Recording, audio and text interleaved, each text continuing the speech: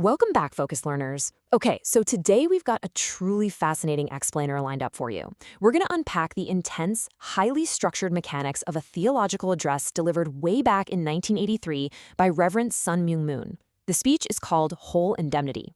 Now, whether you're a theological scholar or just someone who's super fascinated by complex belief systems, this text gives us a staggering look at a theology trying to map out the literal reorganization of the entire cosmos. And, understanding frameworks like this is absolutely crucial because it shows us exactly how extreme conviction can mobilize massive global movements. So we're going to break down this grand vision step by step and make these really dense concepts crystal clear. All right, let's dive right into this. To navigate this cosmic journey, we're going to follow 6 clear steps. We'll start with God's ideal and conflict, move into the law of indemnity, the Messiah and persecution, look at national roles, the home church mission, and finally end up at subjugating Satan through love. Just to set the stage real quick, picture this. It's April 3rd, 1983, at Mount Sorak in South Korea. Reverend Moon is addressing a very specific, high-level crowd. We're talking about a gathering of major regional leaders from Europe, Japan, and Korea. He's essentially speaking to his top organizers, laying out a strategy that he claims will literally alter the spiritual and physical reality of the world. So, step 1, God's ideal and conflict. Right, before we can talk about the fix, we really need to figure out what exactly went wrong. The source text argues that God's original ideal was a world united perfectly through his love, but the fall essentially broke that. It split the power of love right down the middle, creating 2 completely different masters. As you can see, Satan's world is driven by the external power of love. That's represented by the physical mind. Meanwhile, God's world operates on the internal power of love, represented by the conscience. And because of this split, these 2 forces now conflict inside every single person, which creates a society suffering from totally divided standards. Moving on to step 2, the law of indemnity. Okay, so if the world is completely fractured, how do you go about fixing it? Well, that brings us to the real engine of this whole belief system, restoration through indemnity. The text defines this as a strict process of establishing conditions to remove Satan. How? Through absolute, uncompromising self-denial. The text is incredibly firm on this point. God simply cannot establish a new starting point unless conditions are met to get rid of Satan. And here's the kicker. If you claim your own viewpoint or assert your own freedom, the text claims your actions are immediately claimed by Satan. Total obedience and denial of the self are the absolute prerequisites for God to reclaim control. Let's walk through the actual sequence here, because it's a very rigid checklist. You can't just wing it.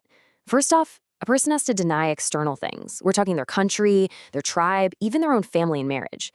Second, they have to deny internal things, actively suppressing their own body and conscience. Only after getting through those 2 brutal stages can they, third, deny Satan. And once that entire gauntlet of absolute denial is finished, step 4 is finally achieved. God can stand as the subject of love. The text argues that this total reorganization is literally the only way to get the world back on its original track. Now, what's mathematically fascinating here is the number 21. Think of it as a theological backup plan. Reverend Moon explains that if followers can't fulfill their mission in a 7-year course, the whole plan doesn't just crash and burn. Instead, it expands into a 21-year course. And that 21-year period is then carefully sliced up into 9 levels. Why? It's basically risk mitigation. By dividing it up, if you fail on one level, you don't lose all the hard-earned progress you already made. All right, part 3, the Messiah and persecution. In this framework, extreme hardship and universal rejection, they aren't signs of failure. They are absolutely essential mechanisms for success. The text argues that Satan is constantly attacking religious people, but rather than this being a setback, these relentless attacks actually push followers out of their individual bubbles and onto the global stage. Overcoming persecution is the exact mechanism that levels you up.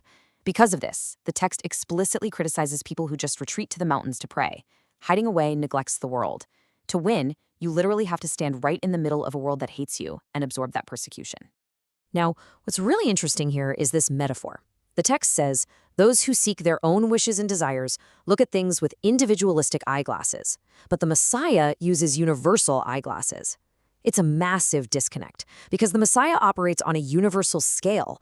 Individual-minded people literally cannot measure or understand him. His perspective is just too vast. Therefore, the text concludes, when the Messiah confronts society, he's guaranteed to be persecuted rather than welcomed. It is an unavoidable feature of the system. Which brings us to Section 4, National Roles in Restoration. And this brilliantly illustrates how the theology scales way up, from the individual right up to global geopolitics. The 1983 address asserts that restoring the world requires restoring 4 very specific nations during a 40-year period ending in 1985. Korea is assigned the role of the Adam nation, characterized by spirit and thought. Japan is the Eve nation, characterized by beauty, and her duty is motherly care, educating and comforting. America is the Abel nation, utilizing its vast resources and power. And Germany is the Cain nation, representing technology. The text claims that uniting these specific countries is the literal equivalent of restoring the whole world. To actually make this happen, followers were put under what the text calls the providence for the start. Basically, a super strict, immediate 3-year window of absolute discipline. Reverend Moon likens this to the Israelites preparing in the wilderness before entering Canaan. During this time, followers were told to transcend their own nationalism and offer their lives with total obedience, acting as heavenly soldiers to bridge the massive gaps between these assigned nations. Next up, Section 5, the Home Church Mission. So you might be wondering, how does a single person fit into this massive global plan? Well, a staggering amount of cosmic weight is placed on this localized concept, the home church. Now, this isn't just a friendly community group. The text describes it as a compact condition for restoring the entire world. Achieving victory in your local home church is equated to the restoration of Canaan, meaning planet Earth. It's the specific mechanism by which humans regain their original right to have dominion over the universe. And most crucially, the text states you cannot enter the kingdom of heaven without completing this mission, because the victory of the home church is what ultimately liberates God himself. And finally, we arrive at Section 6, subjugating Satan through love. After all that intense discipline and national organizing, the narrative takes a really unexpected turn. It poses this incredibly direct rhetorical question. If Satan is so evil and God is almighty, why didn't God just annihilate Satan? Why let evil prosper at all? It's a classic theological question, right? But the answer provided in this source material is the absolute linchpin of the whole belief system. Well, the text argues that God can't just destroy Satan because God has to uphold the standard of an eternal ideal. If God's love is truly eternal, it has to remain unchanging, even towards Satan. So the ultimate victory can't be won by force.